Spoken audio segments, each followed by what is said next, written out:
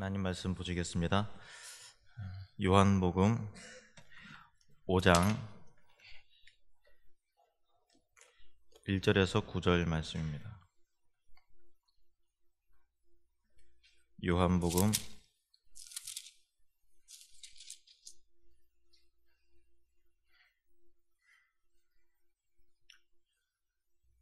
5장 1절에서 9절 말씀, 우리 함께 한 절씩 나눠서 한 절씩 교독하시겠습니다.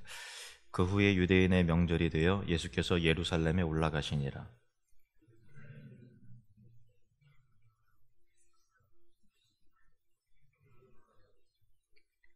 그 안에 많은 병자, 맹인, 다리 저는 사람, 혈기 마른 사람들이 누워 물의 움직임을 기다리니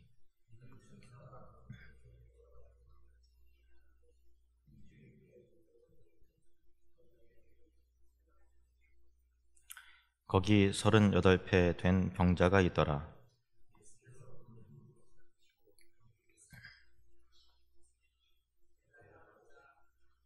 병자가 대답하되 주여, 물이 움직일 때에 나를 못에 넣어주는 사람이 없어 내가 가는 동안에 다른 사람이 먼저 내려가나이다.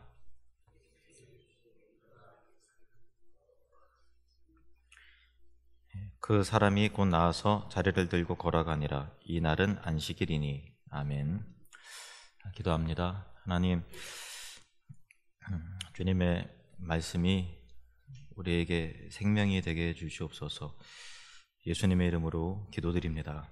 아멘.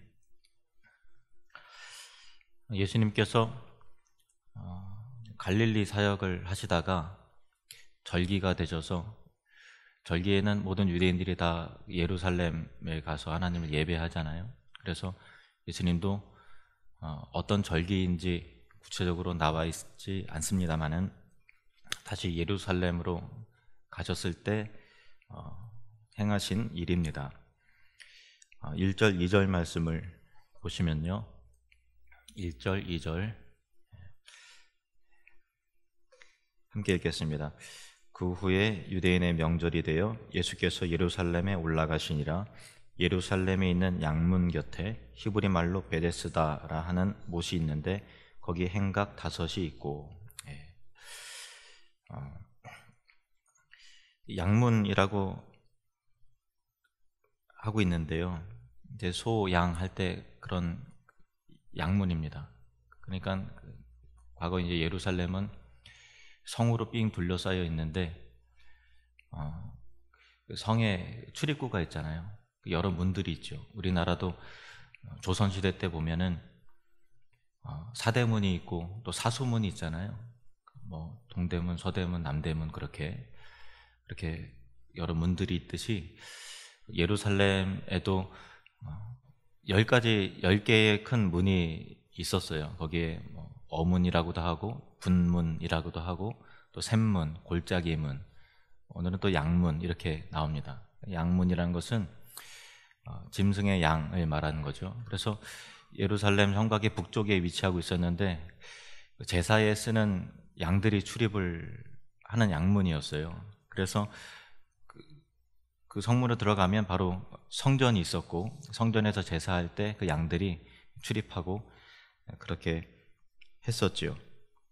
그리고 그 베데스다 못은 바로 그 양문 곁에 있었다라는 것입니다.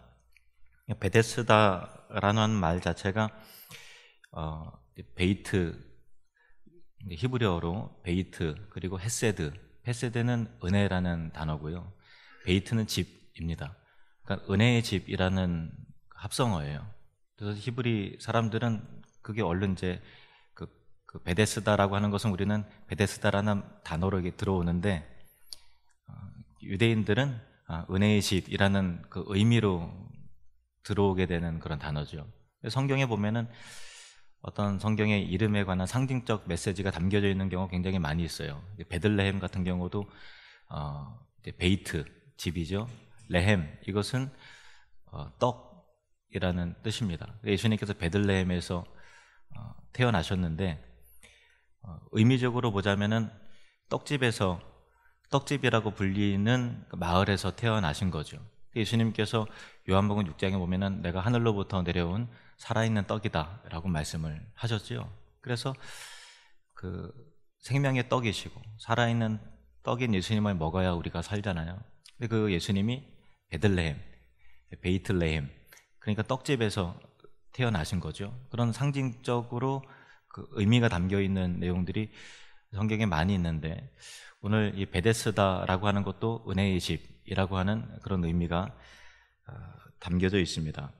그런데 이 베데스다, 은혜의 집에는 누가 있는가 하면은 많은 병자들이, 은혜를 필요로 하는 많은 병자들이 모여서 물이 동하기를 기다리고 있었다라고 하는 사실입니다. 3절 4절 말씀을 보실까요? 3절 4절 말씀 함께 읽겠습니다. 그 안에 많은 병자, 맹인, 다리 저는 사람, 혈기 마른 사람들이 누워 물의 움직임을 기다리니 이는 천사가 가끔 못에 내려와 물을 움직이게 하는데 움직인 후에 먼저 들어가는 자는 어떤 병에 걸렸든지 낫게 되미르라. 아멘. 성경은 지금 현재 원본은 없어요. 하나님께서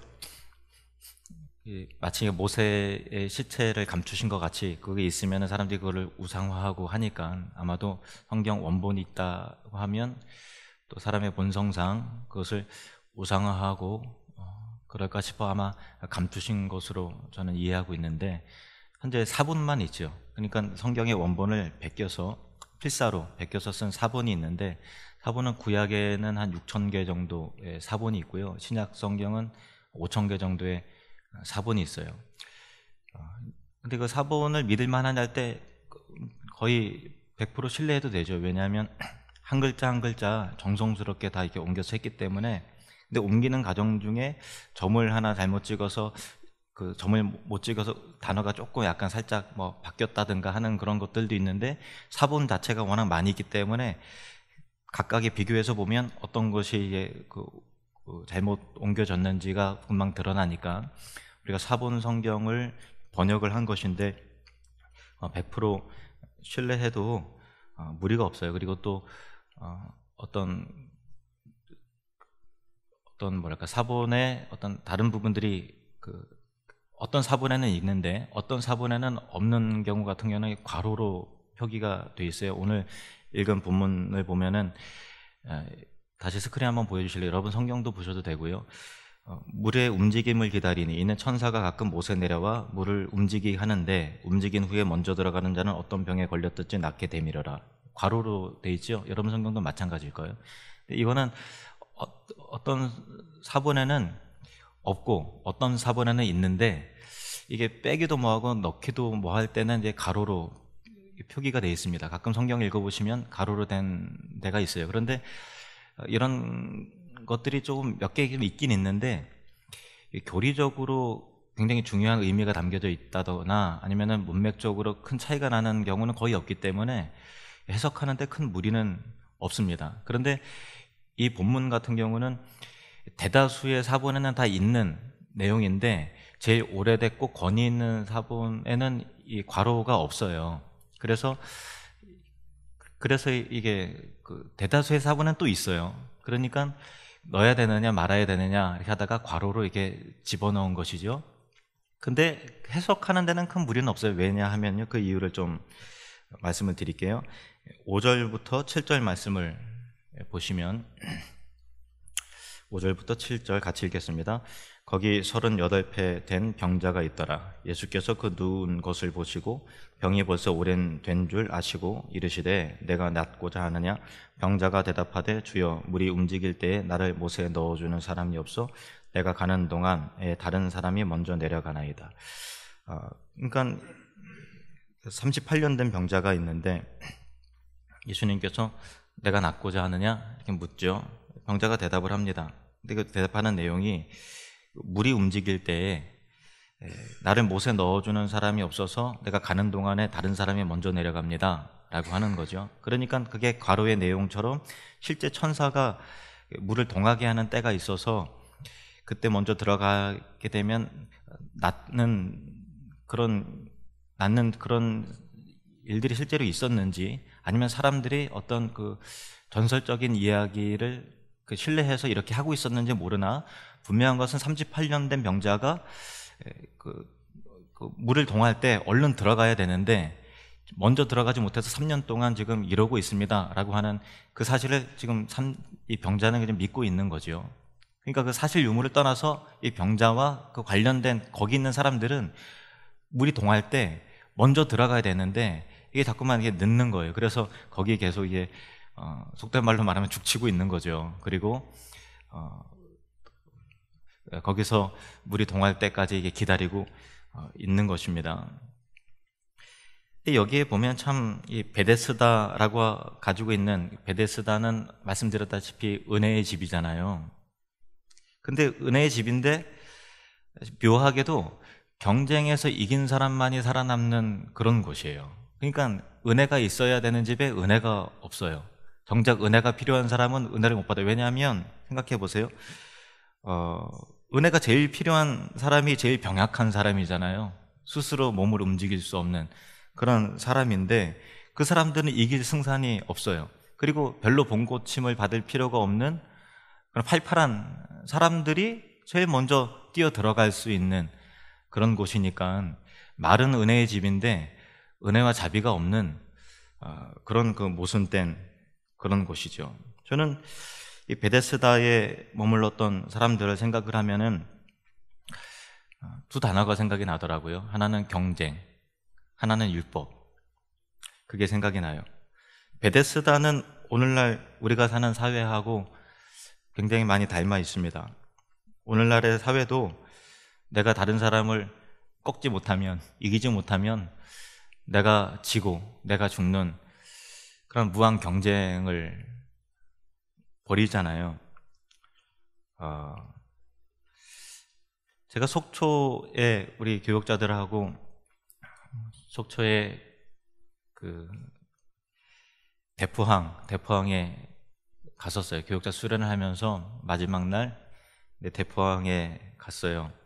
그리고 튀김 골목이 유명하다 그래갖고 튀김 골목에 갔는데 새우튀김이 대포항에 유명하더라고요. 근데 그때 손님들이 별로 없었어요. 그냥 제가 보기에는 우리 일행이 거의 전부였던 것 같아요. 근데 그 골목에 튀김집이 다닥다닥 얼마나 많은지 과장해서 100개는 된 것 같더라고요. 하여튼 수십 개가 되는 곳 가운데서 들어가자마자 이리 오세요, 이리 오세요. 막 여기서 드셔야 됩니다. 막 사람들이 막 이렇게 막 손짓을 하고 부르는데 어떤 마음이 드는가 하면 어디든 정해야 되잖아요. 어디든 정하는 게 너무 불편한 거예요. 왜냐하면 다른 사람들한테 이 상처를 줘야 된다든가 패배의 쓴잔을 안겨야 되는 거잖아요. 그러니까 한 바퀴 빙 도는데 결정을 진짜 못하게 이제 결정 장애가 제가 있나 봐요. 그래서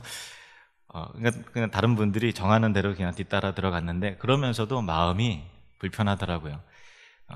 물론 우리 때문에 먹고 사는 사람들은 아니지만 그냥 그 순간만큼은 일종의 상실감을 주었다라는 그런 죄책감이라든가 그런 게 좀 들어서 굉장히 불편하더라고요. 참 마음이 미안하고 그게 우리의 현실이고 사회잖아요.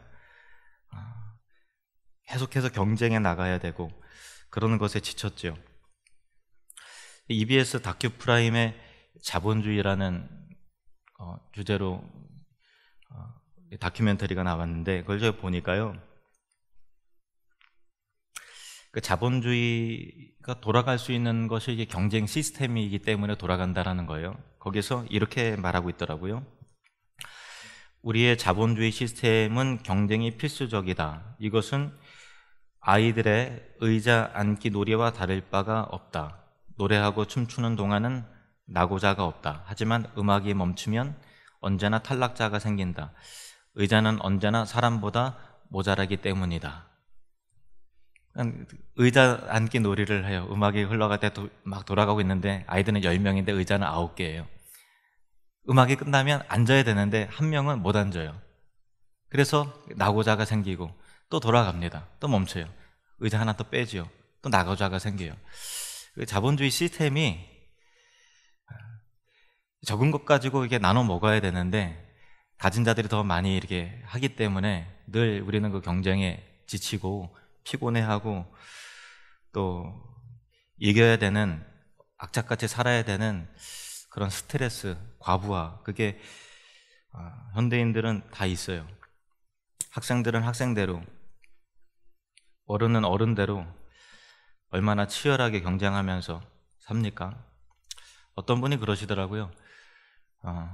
영업을 하시는데 멀리 갔다가 멀리 영업을 하고 돌아오는데 갑자기 서글픈 생각이 들어서 차를 세워놓고서 엉엉 울었다고, 그런 얘기를 하시더라고요.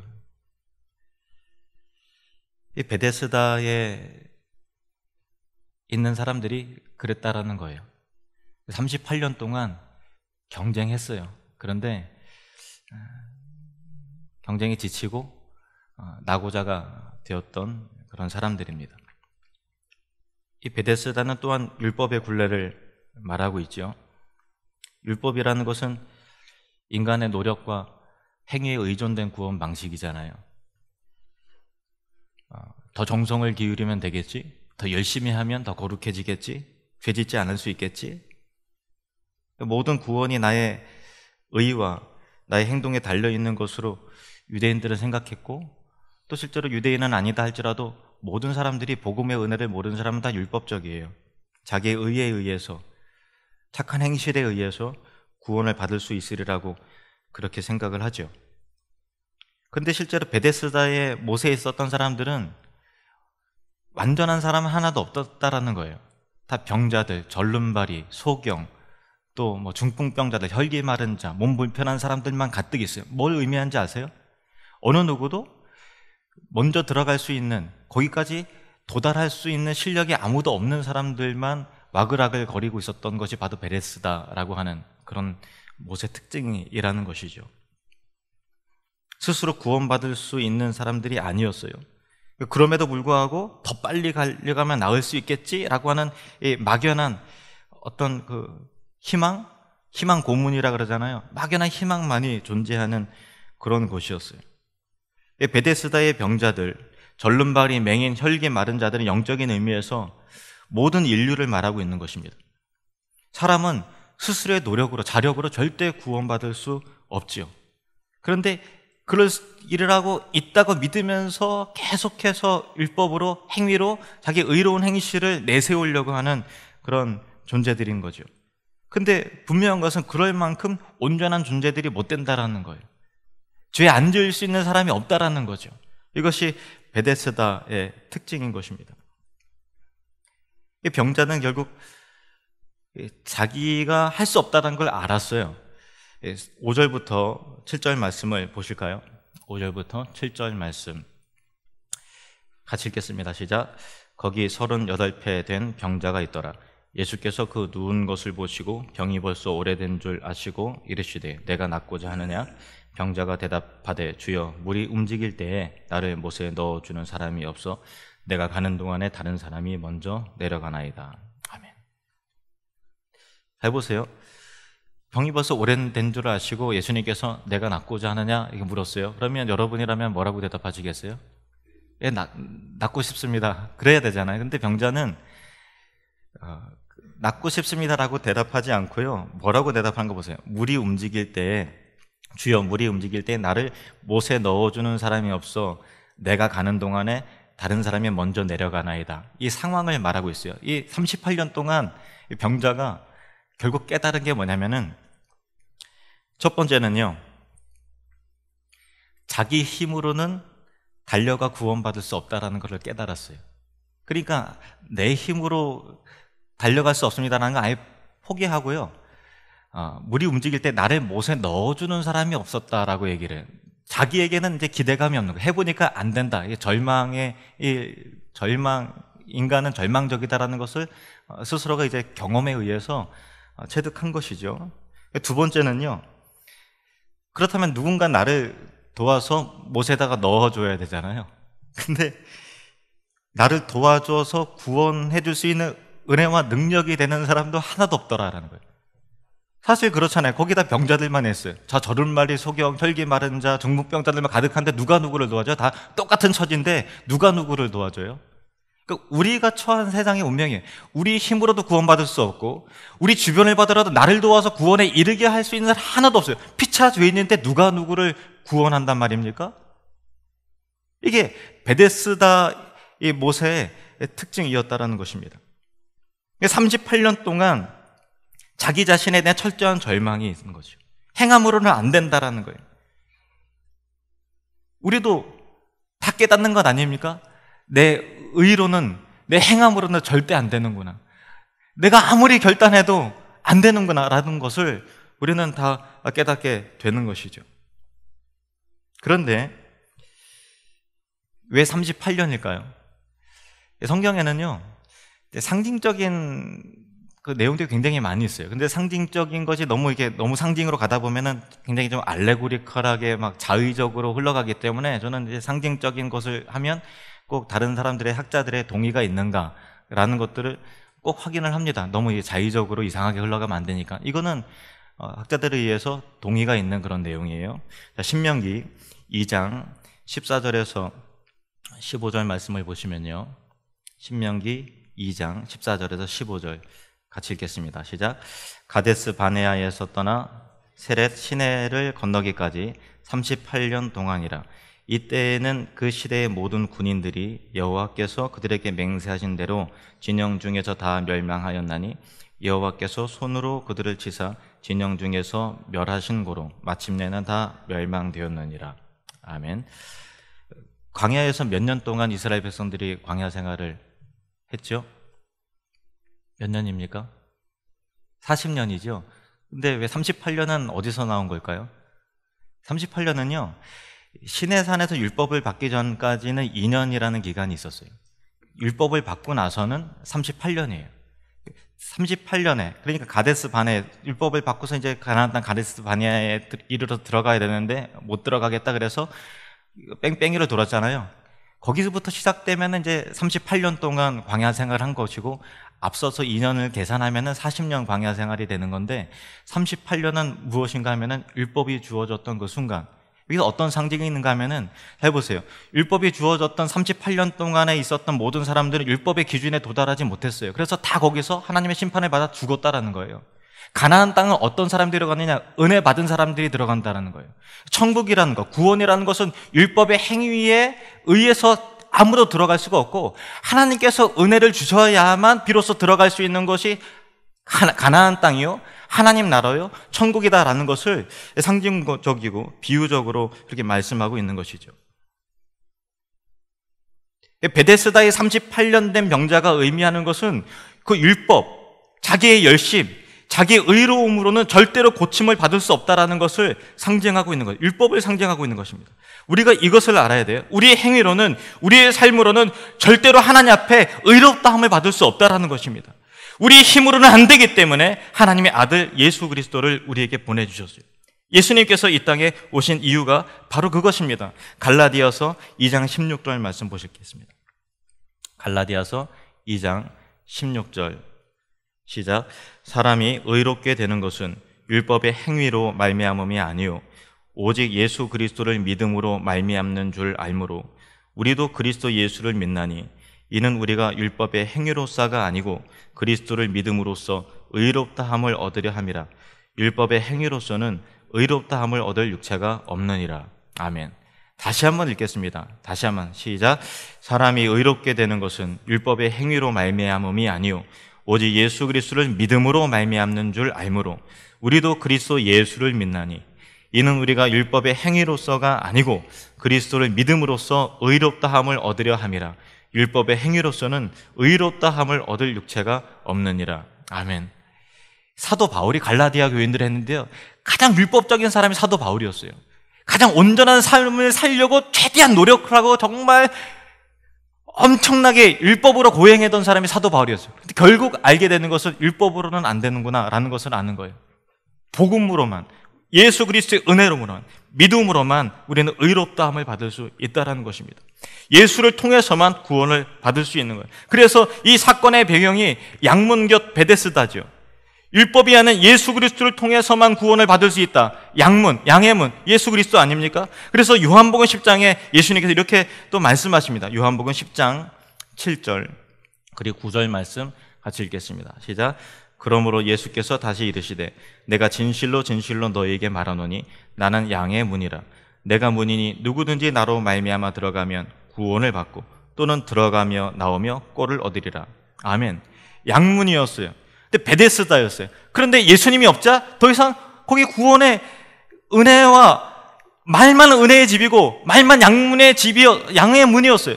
예수님이 없는 상황에서는 말만 베데스다였죠. 실제로는 은혜가 존재하는 무한 경쟁만 있고 율법만 가득한 그런 곳이었다는 거예요.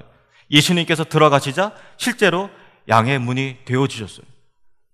예수님께서 들어가시자 거기에 말 그대로 베데스다, 은혜의 집이 되었다라는 것입니다. 8절, 9절 말씀 보시겠습니다. 8절, 9절 시작. 예수께서 이르시되 일어나 내 자리를 들고 걸어가라 하시니 그 사람이 곧 나아서 자리를 들고 걸어가니라. 이 날은 안식일이니. 아멘. 율법의 굴레에 묶여 있었던 그 병자에게 스스로의 노력으로는 절대 안 되는구나 하고 자신에 대해서 절망하고 사람들에 대해서 절망했어요. 어느 누구도 나를 거기로 넣어줄 사람이 없구나, 다 똑같은 신세구나 라는 것들을 알게 됐어요.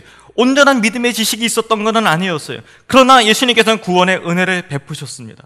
그 연못에 1등으로 들어갈 수 있는 힘을 주신 것이 아니에요. 그냥 고쳐주셨어요.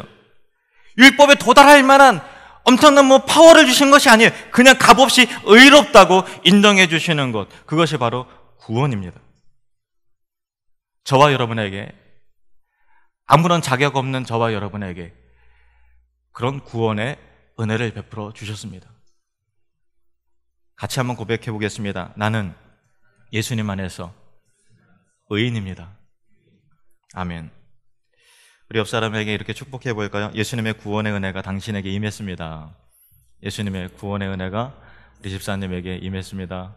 아멘. 이날은 안식일이었다고 본문에도 나와요. 이날은 안식일이니. 진정한 안식, 경쟁의 굴레에서 빠져나와야만 진정한 안식을 얻잖아요. 무한 경쟁. 38년 동안이나 경쟁했어요. 나오고 싶어도 나올 수도, 그냥 달려가면 되는 거 아니에요. 물이 동할 때 기다렸다가 긴장감을 놓칠 수가 없어요. 언제 천사가 와서 물을 동하게 할지 어떻게 알아요? 예측 불가능한 상황에서 화장실도 마음대로 못 가요. 그 정도로 긴장이 팽배해 있는 엄청난 스트레스와 압박이 있는 곳이었어요. 근데 그 경쟁에서 결국은 낙오했던 그에게 예수님께서 이제 경쟁의 굴레에서 자유를 주신 것과 마찬가지예요. 근데 우리가 이 세상이 자본주의 시스템으로 돌아가고 있기 때문에 경쟁에서 우리 육체적으로 나올 수 있는 건 아니잖아요. 직장을 그만둘 수 있는 것도 아니고, 경쟁하기 싫다고 대학에 안 들어갈 수 있는 것도 아니고, 이 세상은 경쟁 그 자체잖아요. 이 세상을 떠나지 않는 이상 경쟁 속에서밖에 우리는 살아갈 수밖에 없는데, 예수님을 만나면 경쟁에서 자유하게 된다는 거죠. 어떻게 그럴 수가 있죠? 이 세상에서 여전히 살 수 있지만 어떻게 하면 경쟁의 굴레에서 벗어나서 진정한 자유와 평강과 안식이 우리 가운데 임할 수 있을까요? 일본의 유명한 그 영적 거장 중에 우찌무라 간조가 있습니다. 그분이 비교하지 않고 경쟁하지 않는 자유로운 영성에 대해서 시를 썼는데 이런 내용이에요. 예수를 생각하고 나는 나의 가난함도 슬프지 않고 남의 부요함도 부럽지 않나니, 예수를 생각하고 나는 오직 감사한 마음이 넘칠 따름이라. 예수를 생각하고 나는 몸의 환난도 괴롭지 않고 그 행복도 사모하지 않나니, 예수를 생각하고 나는 오직 평강과 만족만 있을 따름이라.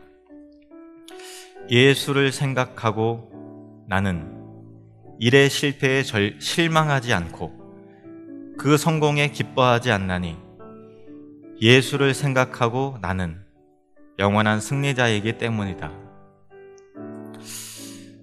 우리 같이 한번 찬양해 보겠습니다. 예수를 생각하고. 경쟁하지 않는 자유, 비교하지 않는 자유를 누리시기를 바랍니다. 예수를 생각하고. 예수를 생각하고 나는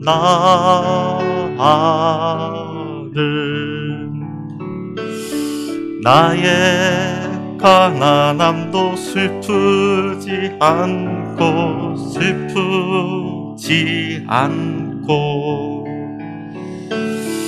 남의 부유함도 부럽지 않나니 예수를 생각하고 나는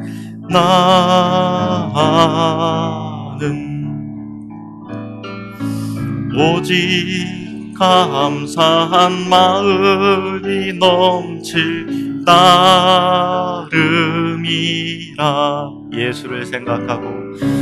예수를 생각하고 나는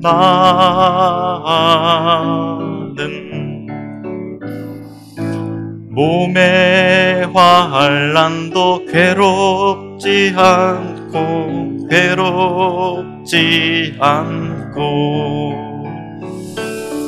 그 행복도 사모하지 않나니 예수를 생각하고 나는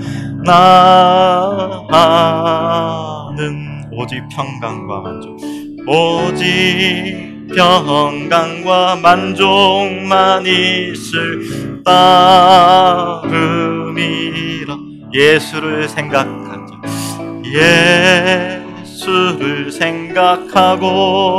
나는 일의 실패에 실망치 않고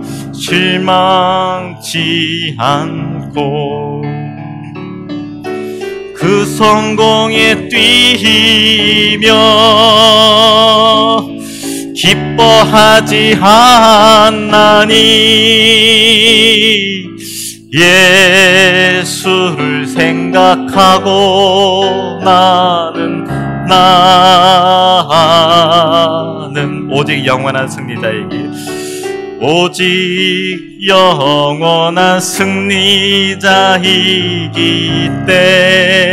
때문이라. 아멘. 우리는 베데스다 연못에서 사는 사람들이잖아요. 무한 경쟁이에요. 근데 죽기 전에는 거기서 빠져나올 수는 사실 없어요. 그런데 우리의 마음은 예수를 만나면 나올 수 있어요. 근데 그 위로, 저도 괜찮아, 실패해도 괜찮아 라고 하는 위로가 내 미래를 책임져 줄 수 없는 사람이 해봤자 별로 위로가 안 돼요. 그런데 내 인생을 책임져 줄 수 있는 그분이 저도 괜찮아, 꼴찌여도 괜찮아, 실패해도 돼, 너는 영원한 승리자야 라는 말씀을 해주시는 것 자체가 우리에게 힘과 능력이신 거죠. 적잡아도 괜찮아, 실패해도 괜찮아, 1등 못해도 돼, 비교하지 말고, 교만하지도 말고, 절망하지도 말아라. 예수님 안에 있으면 영원한 승리자입니다. 기도하겠습니다. 하나님 아버지, 우리는 예수님 없는 베데스다 연못에서 살고 싶지 않습니다. 무한 경쟁이 난무하고 너무나 피곤하고 지쳐가는 것이 우리 현대인의, 우리 모두의 삶이고, 어느 누구도 자기 의로, 행위로 구원받을 수 없는데 1등으로 들어가기만 한다면 뭔가 있겠지라고 하는 막연한 기대와 거짓 희망 속에서 살아가는 그런 베데스다 가운데서 우리를 건져 주시옵소서. 그래서 그 은혜의 집이 예수님을 통해서 실제 은혜의 집이 될 수 있도록 우리에게 자비와 구원의 은혜를 베풀어 주시옵소서. 비교하지 않고 경쟁하면서 살아갈 수 있는 마음의 평강과 안식을 허락해 주시옵소서. 담대한 마음으로 살아가되 주님을 의지하면서 그저 최선을 다하는 삶이 될 수 있도록 하나님 복 내려주시고 모든 결과는 주님께서 책임져 주시고 다 받아들일 수 있는 자유와 은혜를 허락해 주시옵소서. 예수님의 이름으로 기도하옵나이다. 아멘.